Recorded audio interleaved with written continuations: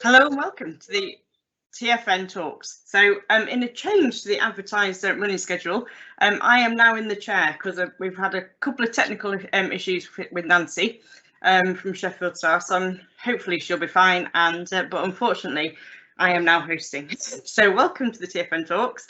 I will do my best to sort of keep everybody in check. I've got the live Q&A, so if you come up with a burning question during the session, please put it in the Q&A. And if you want to engage on Twitter, you can use the TFN Talks hashtag or One North hashtag.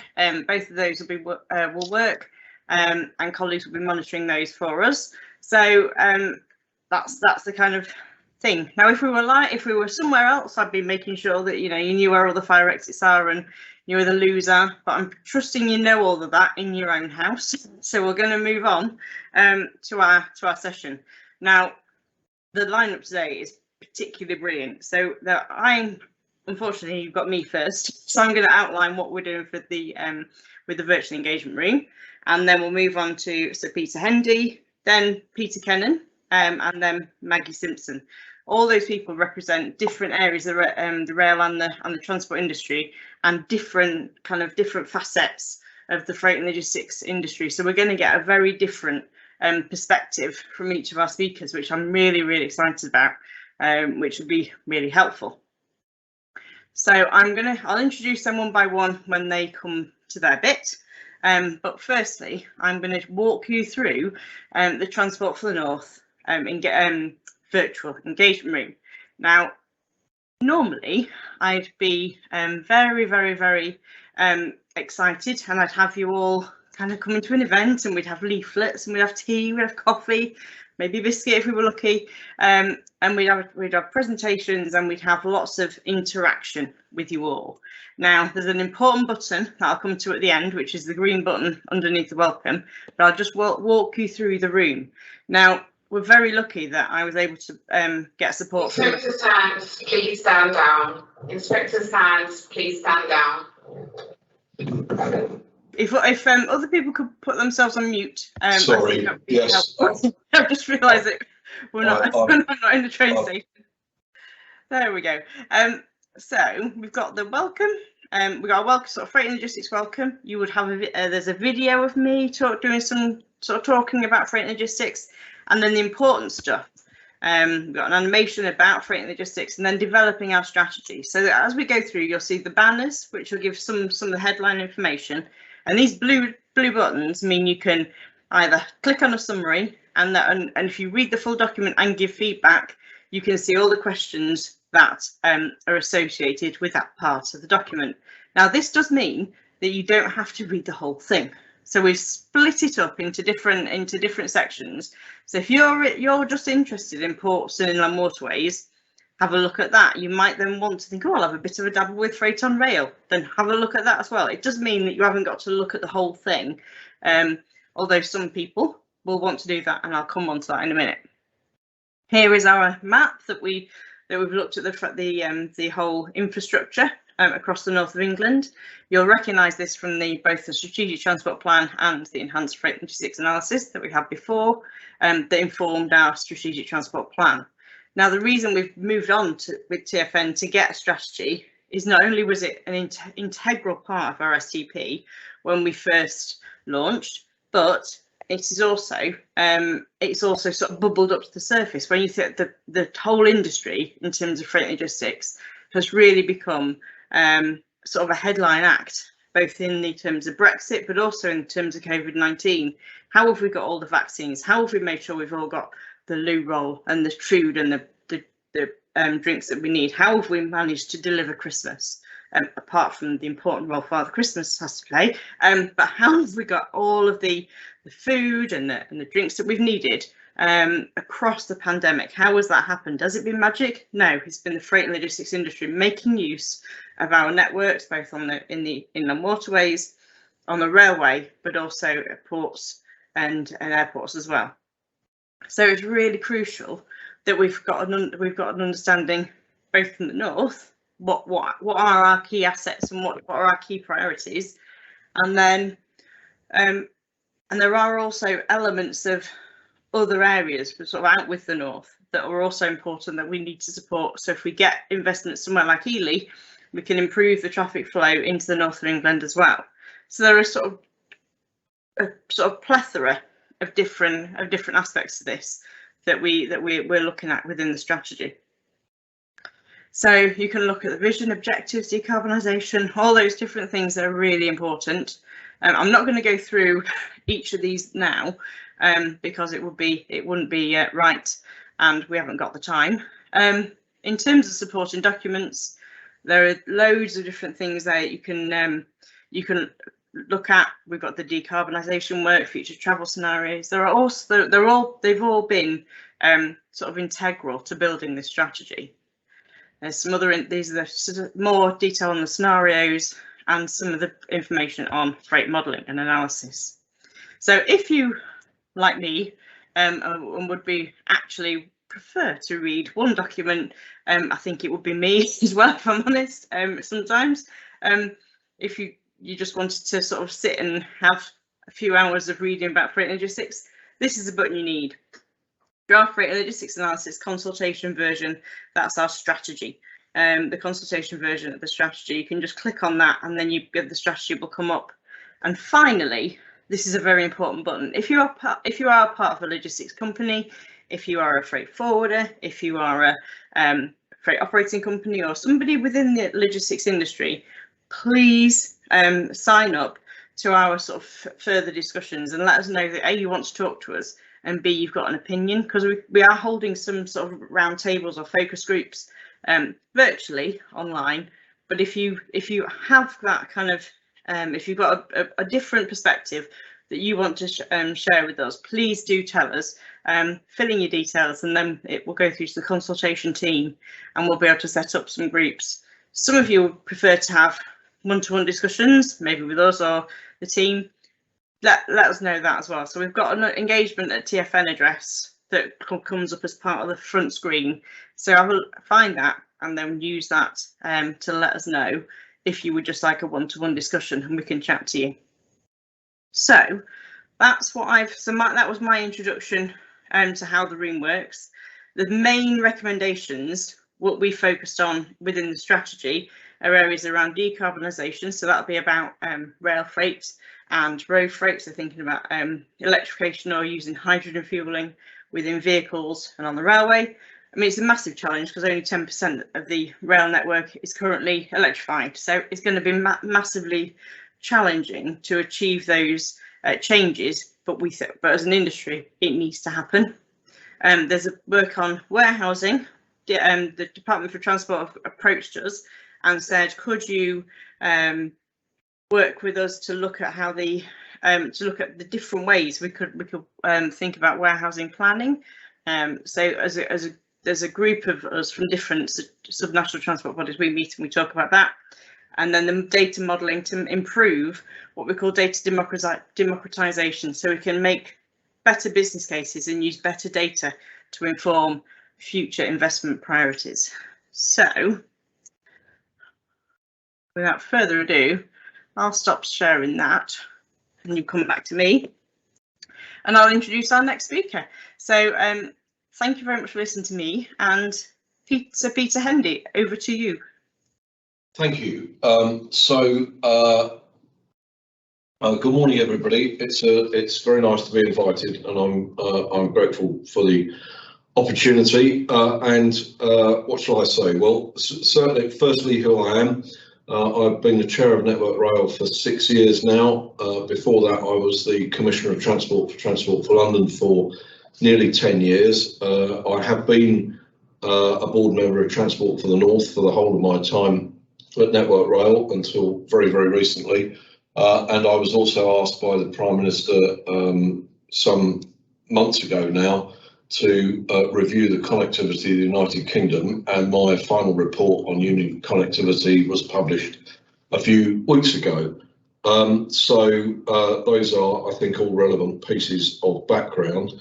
What should I say in opening? Well, I think the first thing to say is that Transport for the North has done some very good work indeed. I think the principle which was done now some time ago at TFN of looking at the economic development of the north of England, and then deriving a transport strategy from the work on the economy of the north of England is actually the right principle. And therefore, I think that also having a freight and logistics strategy is an integrally very good thing. And therefore, both I personally and Network Rail will be very supportive and contribute to the freight and logistics strategy for the north of England. And as you've just heard, that actually this is a particularly a good moment to consider these issues in the light of COVID and in the light of the increasing use of the railway network for freight since COVID started in March 2020. Blimey, lose track of the years, March 2020. And also because of the environmental and sustainability and decarbonisation agenda. So it's a very good time to review what needs to be done in freight and logistics in the north of England. I'm also pleased that the approach that TfN have taken in this work is very similar to the methodology I used in the Union Connectivity Review, looking at wider economic benefits, identifying major corridors for investment, and indeed some of the corridors that this work is identifying are similar to the corridors that I've identified in the UCR as ones in which the UK government ought to take an increased interest on the grounds of better economic development of the United Kingdom.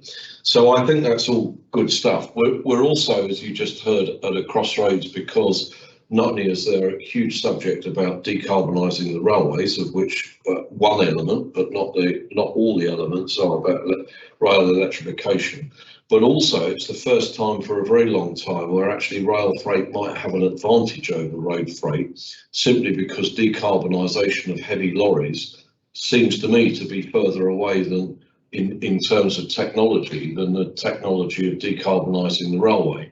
And that's a great opportunity for the railway to get more involved in freight transport, and it's one that we ought to take. Of course, it's all dependent on investment, and very largely investment in the railways, government investment, and they don't have unlimited money, certainly not after COVID, and we're also not in a stronger position on the railway as we were because the passenger revenue is much reduced. So there's inevitably got to be some choices made, not all of which are popular.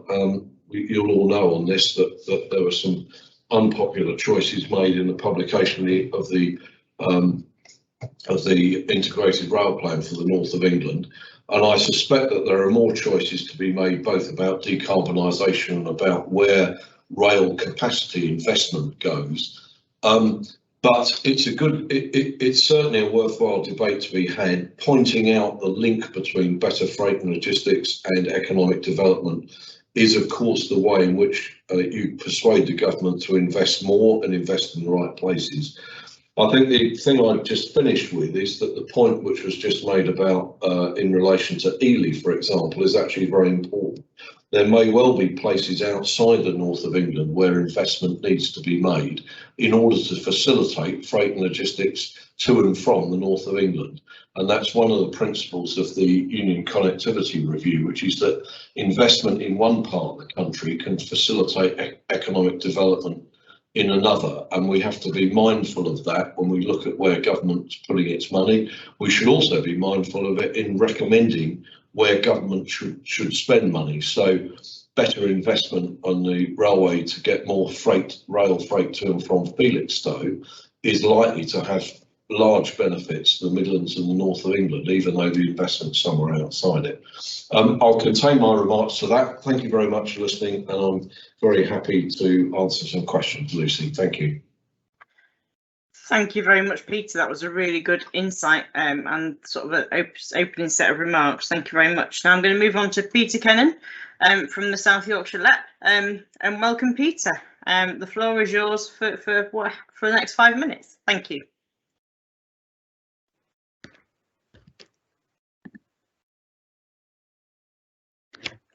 Thank you very much, Lucy.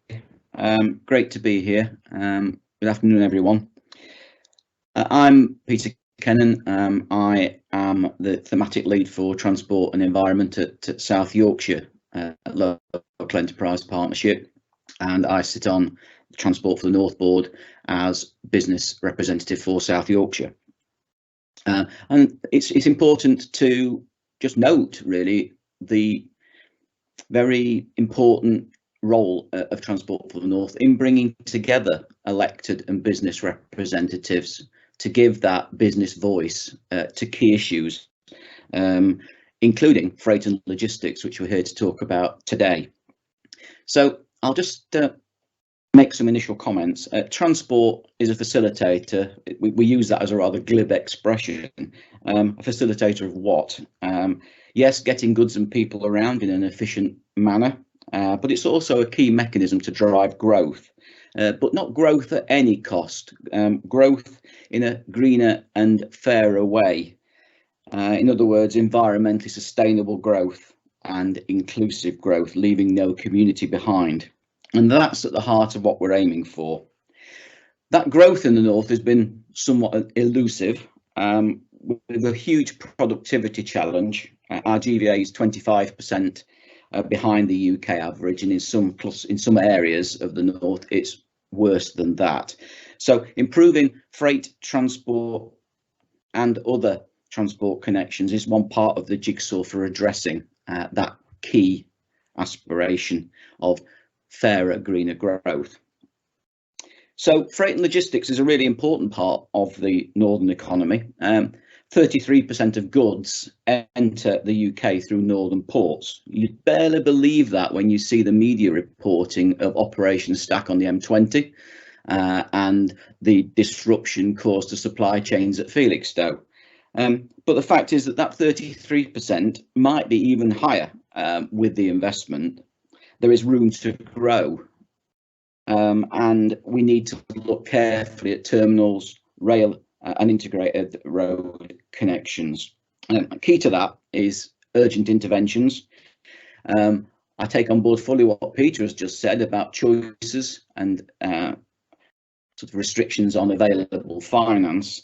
But there are some key things, Transpennine freight in particular, and getting the loading gauge, and for those not familiar with the sort of technical terms, W12 loading gauge, which is to get the biggest containers over the Pennines, through the tunnels and over the bridges. That is vitally important. We need to get that earlier if possible than 2030. But there are other key pinch points north of Preston on the West Coast Main Line, where there's a lot of intermodal traffic.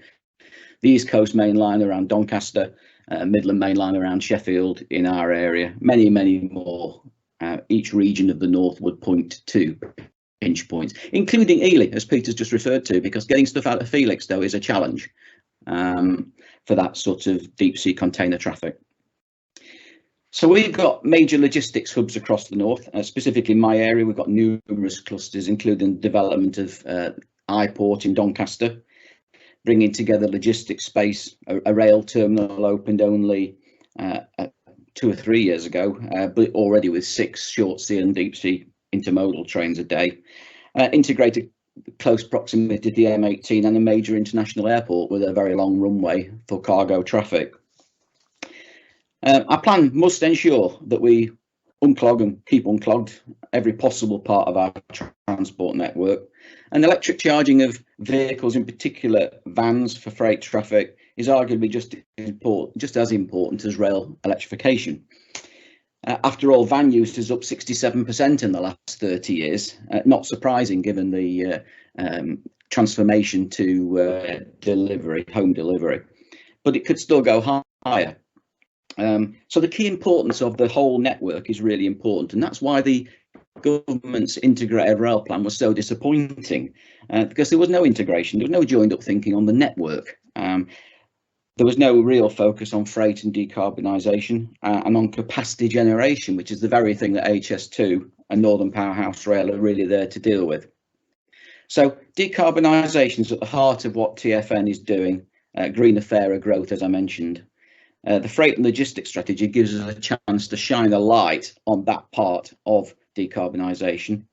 And some key statistics, 90% of all freight in the North is moved by road, Rail, even with a diesel loco on the front, 76% less carbon emissions than road, and HGV van and domestic shipping creating 37% of domestic transport emissions. So it's abundantly clear we must decarbonise road, electrify rail, reduce pollution and noise created by all transport modes, because health and well-being of people and the impact on the environment are critically important. And we mustn't instinctively say rail good, road bad. Many short, low tonnage volume flows won't work on rail, and so road building to lift blight through noise and pollution emission and to protect natural environment are really important, as well as to deal with major pinch points. So we need to focus more on integrated freight hubs. We mustn't get like magpies and get excited only by the shiny new things. Free ports is an example of that. There's a danger of activity displacement with free ports, just as there was with enterprise zones. So investment plans must be fair and proportionate and not just look at free ports. Look at inland ports with integrated logistics and multimodal capability and with customs clearance facilities. So beware of displacement, ensure that policies deal with it rather than just following the sort of shiny new aspects of development. So freight and logistics strategy gives us an opportunity, a major opportunity, to get engagement and free thinking on this key area. It will then help TfN develop its updated strategic transport plan and to inform conversations with government and national delivery bodies on key investment issues facing the north. So thank you very much. Back to you, Lucy. Thank you very much, Peter. That was absolutely fantastic and a real good insight into Sheffield, some of the local issues around Sheffield and the surrounding area, and some of the wider issues as well. So thank you very much. And now finally on our panel, I'd like to introduce Maggie Simpson, OBE, who is Director General at the Rail Freight Group, and one of the people who are basically responsible for me being interested in freight and logistics. I heard her speak really early on in my career, and she makes things sound interesting and very easy to understand, and I'm hoping different insights are going to come forward in the next few minutes. So Maggie, over to you. Thank you very much for joining. Thank you very much, Lucy, and a pleasure to be here today, as always, on this webinar. For those of you who don't know me, as Lucy said, I lead the Rail Freight Group. We're a member-led trade association, and we represent over 100 businesses active in freight transport on the railways. But I don't really want to start today talking about rail freight. I thought I'd start by talking about our little friend, the lateral flow test, because if you've been following social media over the Christmas period, you couldn't get your hands on any, particularly at pharmacies who'd been doing a sterling job in distributing them in the run-up to Christmas. And of course, there were multiple facets to that story, but at the heart of it, the wholesale distributor who takes goods out to pharmacies is in the habit of having a 4-day Christmas shutdown, and that Christmas shutdown had meant that those lateral flow tests couldn't get out to where they needed to be. And once they've reopened, that situation has eased. And of course, you'd look at that and think, well, that was obvious, wasn't it? Of course, people needed those lateral flow tests over Christmas. What it highlights, though, is if you don't plan for freight, you won't get freight right, and you won't get the outcome that you want.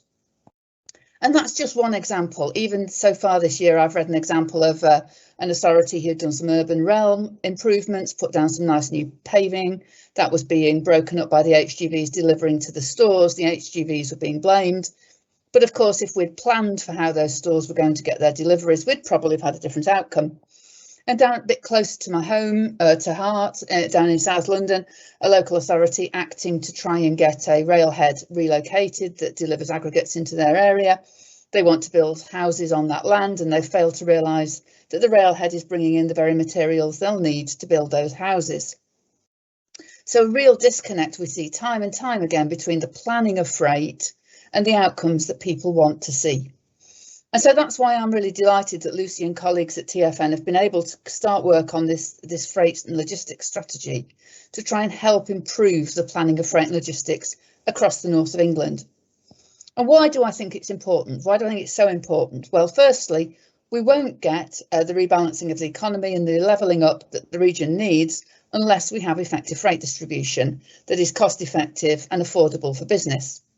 Secondly, we won't decarbonise the economy of the north of England unless we can make more use of low carbon rail and water and decarbonise freight transport across the piece. And thirdly, politicians in the north of England won't get re-elected if there are empty shelves. There are 15.5 million people, I'm told, who live in the north of England. To put it another way, that's 15.5 million consumers, all of whom expect to see the products they want on the shelves, expect to see the Amazon delivery turning up at their door on time, and expect to see potholes filled in with building materials. So we absolutely have to get freight and logistics delivery right, and the draft freight strategy gives a blueprint for doing that. Of course, more specifically for rail freight, the strategy gives a framework in which we can help rail freight to grow across the north of England. And I think some of the really important themes that we need to pick up and run with as we develop that strategy forward and implement the plans that it so clearly sets out have already been mentioned, some of them so far. What are they? Firstly, how do we continue to grow in a time when, as Sir Peter says, we are fiscally challenged? There's no doubt that funding is going to be constrained, but we cannot let that be an excuse for not growing rail freight. So we have to find clever ways of achieving growth without funding if that isn't there.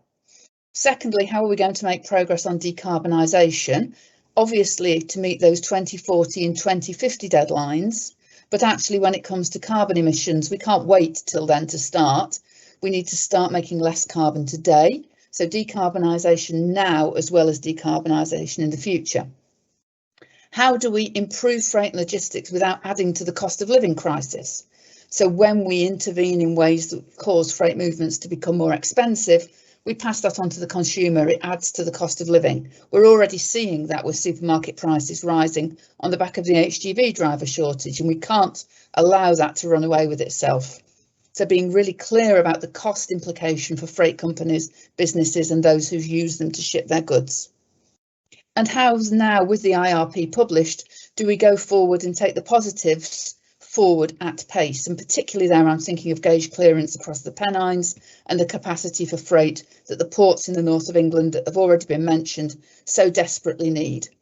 And whatever one's view of the IRP is, the commitment to that gauge and capacity across the Pennines is welcome. It's been a campaign priority of ours for many years, as Lucy and others knows, and we're really pleased to see that commitment written down. What we need now is delivery at pace. So that was all from me. A pleasure to be here and look forward to taking some questions and discussions now. Thank you. Thank you very much, Maggie. That's brilliant. Thank you very much for all that insight. Now, I have done a quick sort of précis of some of the questions that we've received. I'll come to each. I'm going to sort of read the questions out and then I'll come to each speaker in turn. The first couple are going to come from questions that we had submitted before the event, and then I'll move on to some of the live questions that are coming through. However, I've absolutely read the room, or read the virtual room.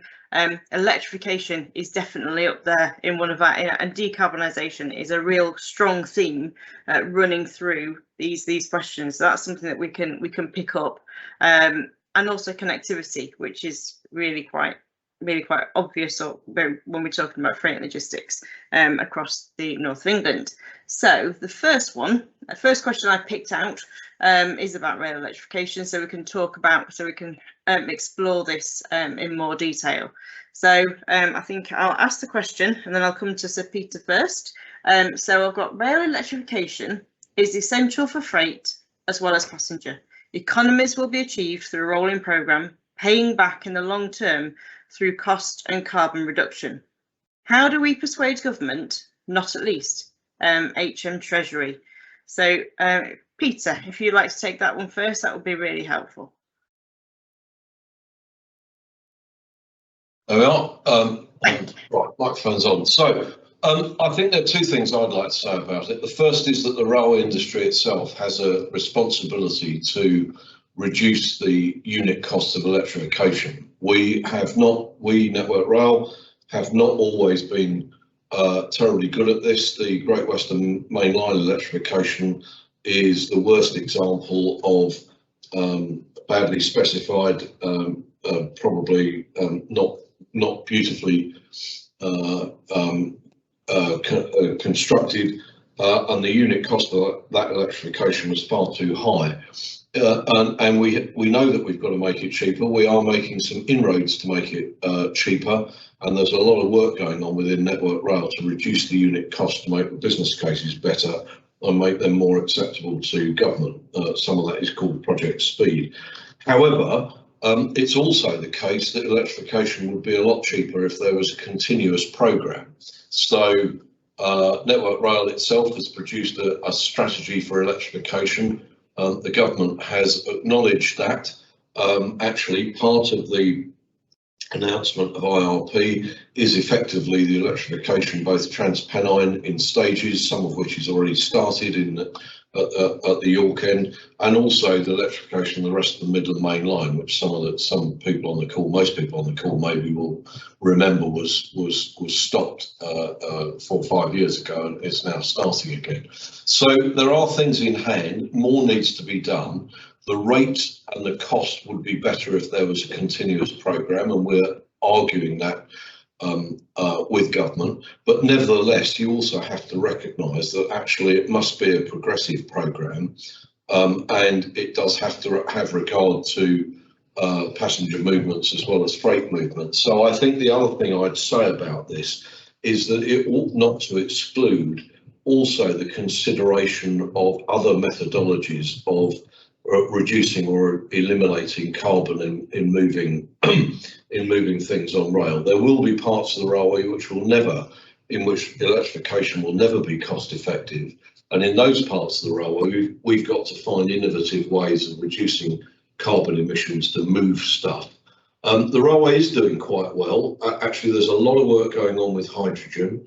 I know that there's some work now going on with green ammonia, which can be used in powering what are effectively conventional diesel engines, and battery technology, whilst it's not going to be suitable for 3,000 or 4,000 ton heavy freight trains, is a technology which, if it's developed, might produce us some of the answers. And I'd finish just by saying that actually, despite and the pressure for this is welcome, and we in the railway industry have to respond with a cost profile and a capability of doing this, which is better in future than it's been in the past. But the other thing I'd say in relation to the road freight industry is that we have a much better chance of making this case and making it stick than I think the HGV industry does, because the proportion of payload in an HGV that you lose if you haven't got relatively easy diesel fuel, and there isn't yet a substitute, is much greater than it is proportionally on a heavy freight train. And I think one of our jobs is to make sure that we exploit the greater sustainability and efficiency of rail freight, and for that matter rail passengers, whilst the road freight industry is busy trying to crack that problem, which is a different and much greater problem for them than it is for us. Thank you.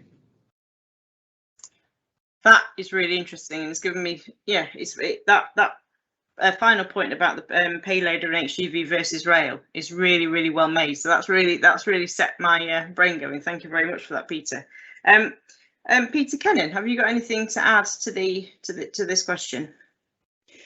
Thank you. I'll support fully what Peter is saying in terms of where we are. I think there's a much greater acceptance and understanding of the importance of electrification now. I think we've got past that phase of cancelling schemes because of cost overruns. I think we are very heavily focused on decarbonisation, and everybody has learnt the lesson of what happened on the Great Western, and we'll move on. So in any business, skills are vital. So I fully support rolling programmes because we've got to keep skilled people occupied, and we've got to get more skilled people. And in that regard, projects like HS2 are useful in one way because you've got the need for large numbers of skilled engineering. In another way, they soak up all the resource for the other projects. So you strike a balance there, but it's got to be helpful that there is this rolling programme. And the only other thing in terms of persuading government and Treasury, it's the key role that TFN has as an organisation. We're very fortunate to have great people, and we have a database that is second to none of evidence and great analytical tools, particularly in relation to the new interpretation of the Green Book, for example. So evidence-based submissions are really powerful. We can't just stand here and say we should have something or we deserve something. We can prove why an investment is needed with detailed evidence. Thanks. Thank you very much, Peter. That's good. Thank you very much for that. And then Maggie. Yeah, just a few points to add to what's been said, and I wouldn't disagree with anything that's been said so far. I mean, just to say, obviously, in order to use electric, the private sector freight operators have got to make the investment in new locomotives, and having good sight of a forward programme of network electrification helps build the case for that investment. And I think, you know, if we're looking at what would probably be bimodes in the first instance, they are an expensive investment, and we need to know that if people are investing in them, they can use overhead electric for a significant part of the journeys that they're making in order to get the value. And so I think that means we have to be particularly careful on new electrification schemes that freight is scoped from the outset into them.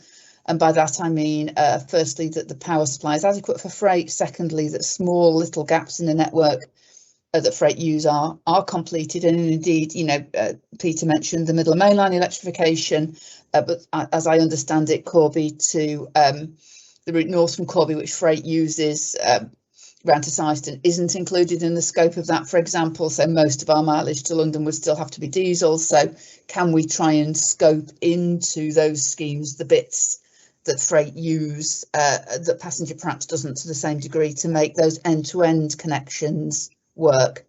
And finally, and you know, not for TFN or any of us on the call, but government have to get to grips with how, as a society, we have an affordable supply of electricity for the long term. The current issues with the cost of fuel, the cost of electricity in our own homes and businesses is highlight that we really need to stabilise that if our future economy is going to rely on more electricity than it does today. Thank you very much, Maggie. That was also good insights. Now, that was our first question. There's second question. I'm going to take in slightly different order, so I'll come to Maggie first, then Peter Hendy, and then Peter Kennan. So I'm going to try and keep us all sort of interested and jazzed up in the order. And I'm going to have a bash at answering this as well, because if we had Nancy, I'd be allowed to answer things as well. So that I'm going to have a bash at answering this one as well. So is government working with TFN and other regional transport groups around the country to develop a UK-wide freight and logistics strategy? Now, from my perspective, we work with other subnational transport bodies, so people like Midlands Connect, England's Economic Heartlands, and others, Transport for the South East, Peninsula Transport, and all those different organisations also have got freight interests, and they've got freight people like me who do the freight and logistics activity in their areas. So we hold meetings across our own with our own freight interests called the Subnational Transport Body Freight Community of Practice. So I run that because I was just in the right place at the wrong time to be given that role as chair.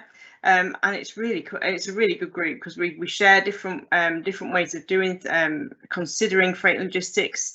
You get a very different perspective if you've got a port like Felixstowe in your area versus a sort of port like the Humber. You get a very different perspective because lots of those markets and the transport needs are very different. And if you think people from Portsmouth and Dover, they've got very different needs with the lorry parking, and when you get that operation stack going up the motorway, they have very, very different pressures, which actually can trigger different things that you're thinking about in your own strategies. So it is really crucial that the people like us keep talking.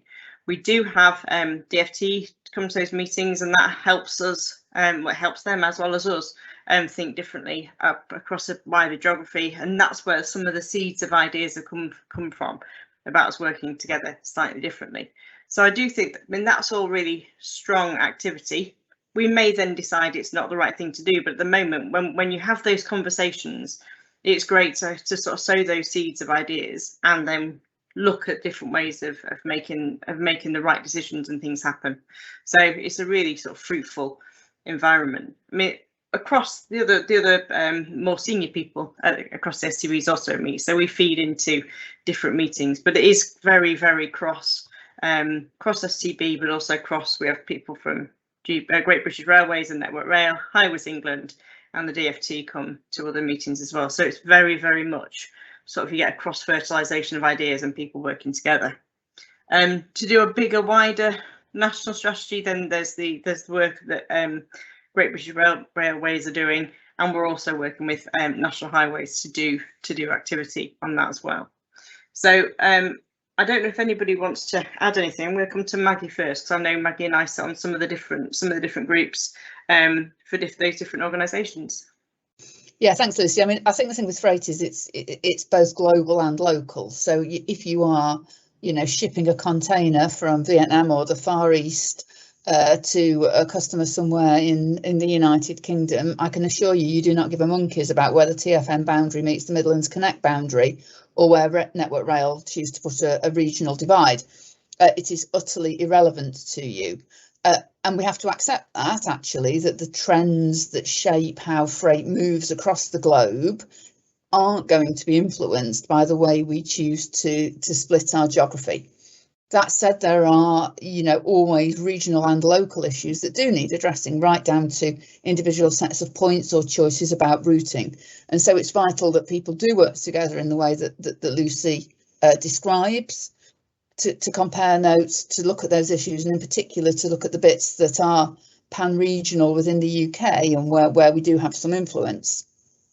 I think it's also worth saying that both Transport Scotland and the Department for Transport have been doing some really good work on that. The DFT have recently started a Freight Council, which meets on a quarterly basis, and which is trying to get a grip of the bits of sort of rail freight or freight policy that aren't being captured elsewhere. So planning, infrastructure networks, skills and sort of promotional activities.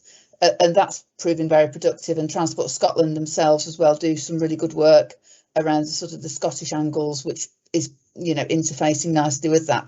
So I think there's quite a lot going on, and we just need to make sure that those dialogues continue, as I say, because freight isn't particularly bothered about those boundaries. Exactly. That's really, really good point. Thank you very much, Maggie. Peter Hendy. Unmuted. So there we go. yeah, I mean, I think the answer is government is working on this, and the work that I did on the Union Connectivity Review, which sets out a proposed strategic transport network for the whole of the UK, which is in terms of passengers and freight. Now, when I published my report a few weeks ago, my understanding, and I think it was said by the Prime Minister, is that they accept the recommendation for a UK strategic network. That's not every road and railway line in Britain, but that ought to have quite a lot of impact within government in identifying the major transport corridors that create economic benefit. The other thing I was just looking at is the government's response to the last piece of work from the National Infrastructure Commission on freight, and the commitment to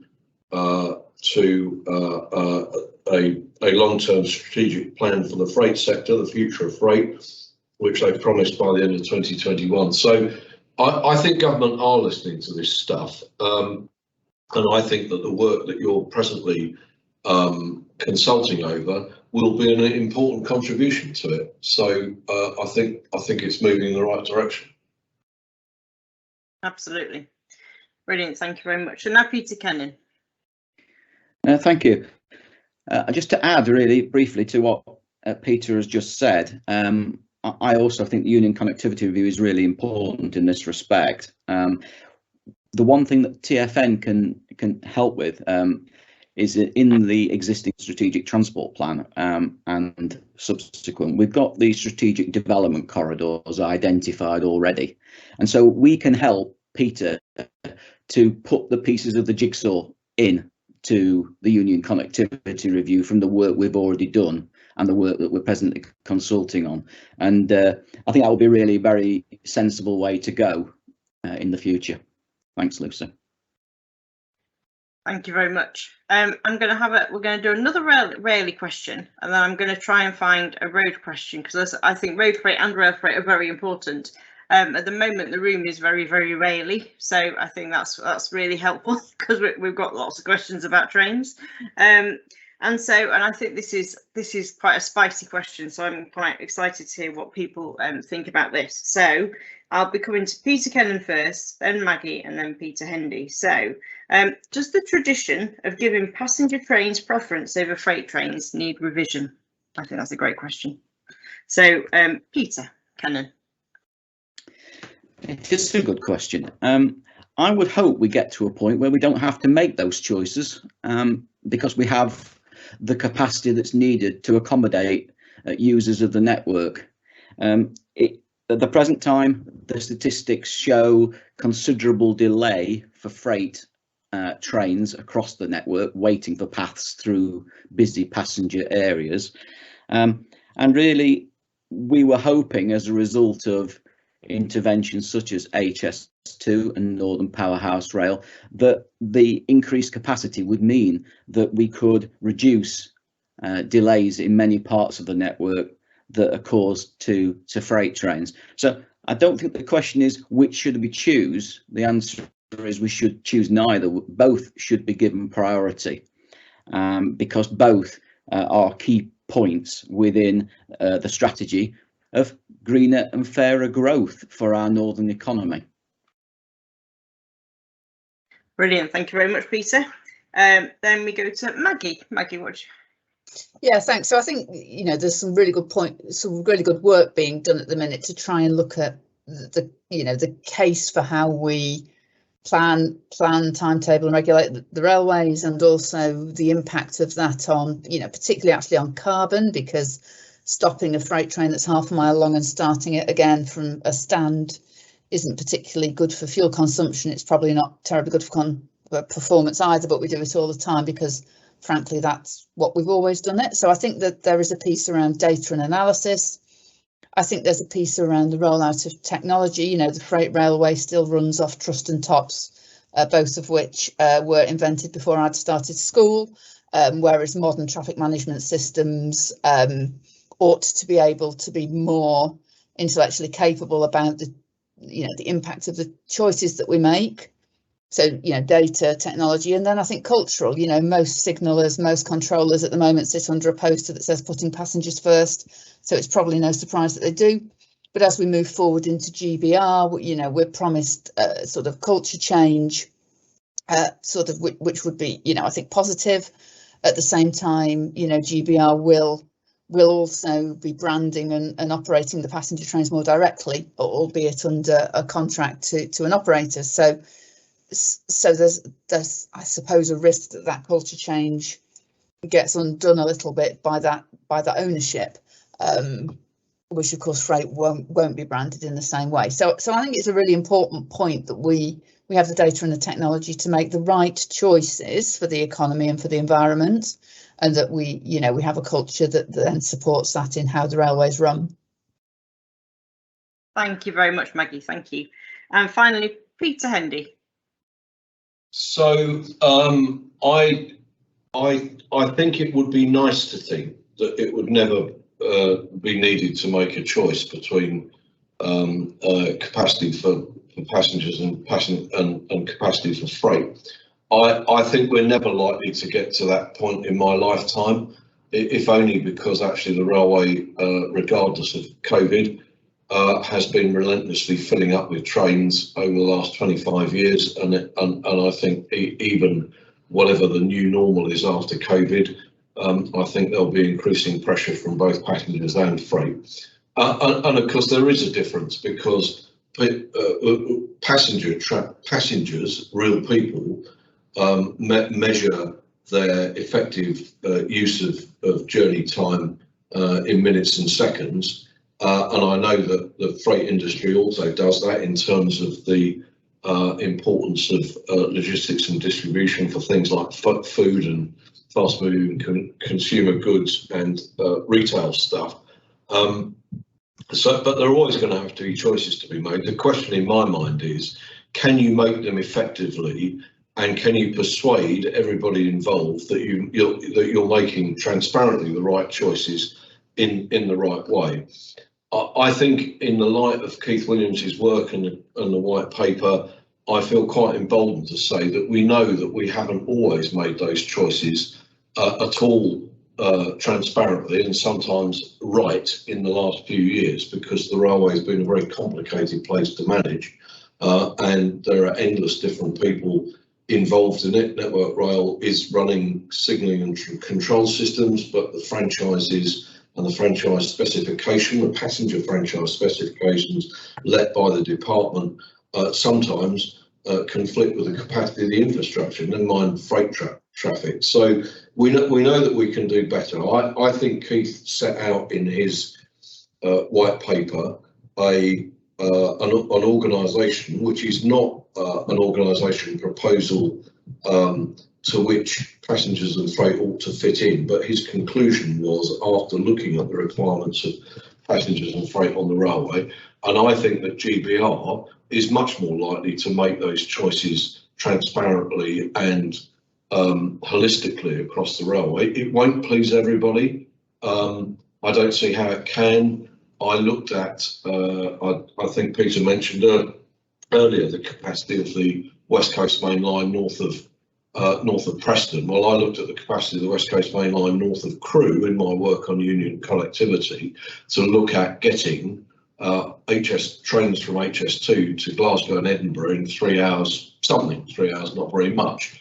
Now, the chances of building a new railway from Crewe to Scotland are vanishingly small. The economics of it just won't be there, and the mileage would be tremendous. What you actually need to do is to assess every mile of the West Coast Main Line, work out which pieces need freight loops and a bit of duplication in order to keep freight trains moving, as Maggie says, not to start and stop them, but also give effectively fast passenger times. You need to do that on a very granular basis, and even when you've done it, you'll have some capacity limitations.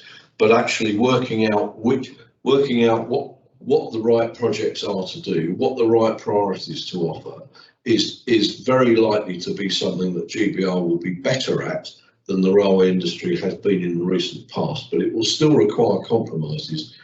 I suppose the last thing to say is that there must actually be places to contemplate whether or not freight traffic should really have priority.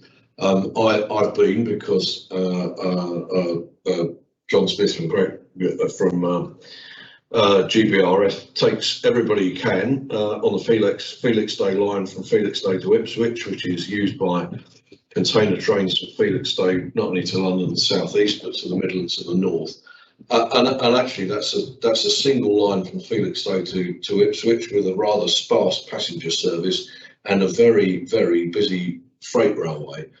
You could consider, I'm being careful about being definitive, otherwise I'll get reported for it, but you could consider that the freight use of that railway is far more important than the passenger use. And what I would expect is a body like GBR to contemplate that in the round to see what the best solution is. Because actually, if you can produce a better economic, social, and environmental outcome from an exclusive use of the freight railway, at least GBR ought to consider that. It's not able to do that currently because the specification of the Anglia franchise specifies a passenger service between Felixstowe and Ipswich. But I think that we would be deluding ourselves if we didn't think that there were some choices that you could make, which would be different, and the outcomes would be different, and they might, on a societal basis, be better outcomes if freight traffic got priority. So I wouldn't rule it out. But for those listening who want to write about it in railway journals, I'm not suggesting a withdrawal of a passenger service. What I'm suggesting is that somebody ought to think carefully on a holistic basis about the best way of using that infrastructure capacity, and that shouldn't rule out prioritising freight over passengers in the right places. Absolutely. Thank you very much. Good points. Well made. I think I'm going to come to. I'm going to talk about the last question now, because I think it's 5-2. So I think until it gives us time to wrap up. But I also want to bring in some road elements to this as well, because I think we've had a very, very rail heavy discussion. The strategy is about road as well. So I'm going to try and link in some of the thoughts about decarbonisation and fuelling as well on the roads. So we've got the question is, what are the plans to improve facilities and capacity at the North seaports, and to put pressure on the carriers to improve the feeder services for sea freight, container freight into the north, and lessen the need to rely on southern ports of Southampton and Felixstowe? Now, in terms of what I see from my perspective on this question, we've got the sort of advancement of free ports. So when you think about there's ports in Humber, Liverpool, and Tees have all got free port status in the north, and I do know that throughout the when Felixstowe got quite busy with container traffic, and there was a backlog of containers needing to be moved out of Felixstowe, there was some of that traffic did actually move into the Humber, so people were thinking, oh, actually we could go to a different port. So I do know that there has been a shift in traffic. The other thing I think is worth mentioning from a northern port perspective is that we've got fantastic road links. So when you think about into the Port of Immingham, you're out of the port and you're straight onto the A180, and then you're straight onto the motorway network. So and that does work in other port areas as well. We need more resilience, especially around for the northeast on the A66, A69, which I know is a subject of a national highways project that we as TfN are involved in, and those connections need to be more resilient because there's not that many of them, but they are there, and they are part of the pan-northern connectivity. In terms of when you look at the decarbonisation aspect, I know we've got work as TfN looking at electric vehicle charging networks and hydrogen refuelling networks, and I think somewhere along the line there needs to be some sort of certainty from government about which horse it's going to back on the refuelling and on the fuelling question. Now, Tesco's have got a brilliant freight train, brilliant new electric lorry, 37-ton lorry, doing a shuttle of 60-mile round trip in Wales.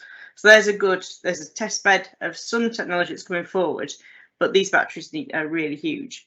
Having seen the time, it's now so if I can sort of go to the panelists in turn, and then if you can have a bash at answering the question and then also doing your concluding remarks, that would be really helpful.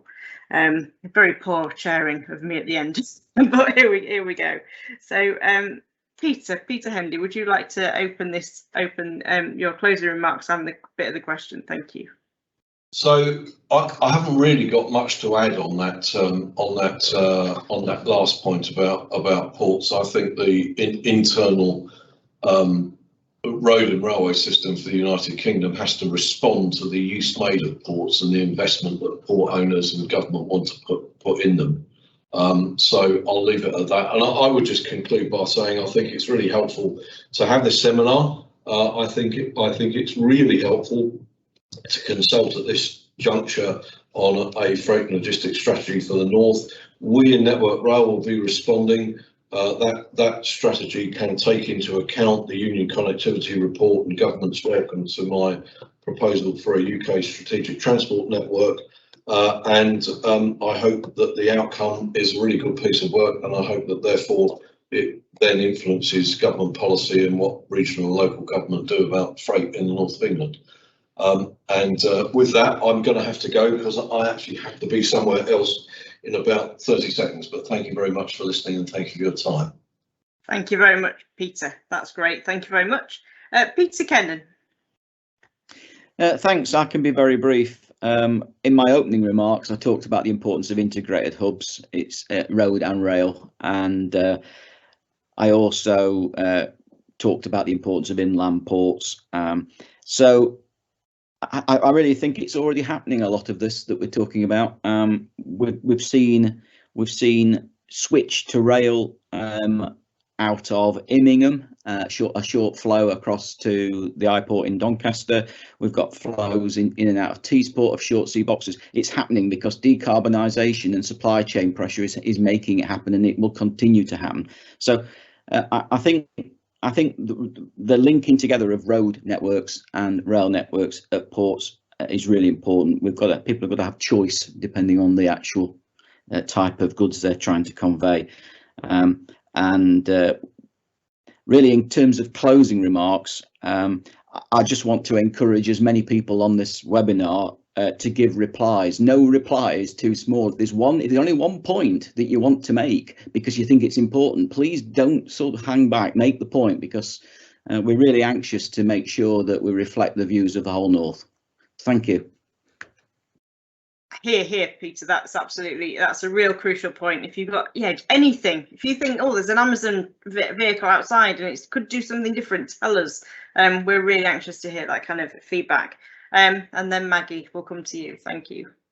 Yeah, thanks. I mean, look, in terms of ports, I think for me the key part is that people will make choices that meet their needs as users, and it's absolutely critical that the businesses, particularly in the north of England, who wish to import or export goods, have the fastest, the most efficient route to market that they can. And sometimes that will mean going, heaven forbid, down south and intercepting a ship that's on one of the global circuits out to the Americas or the Far East, and those ships are not coming away from that global circuit.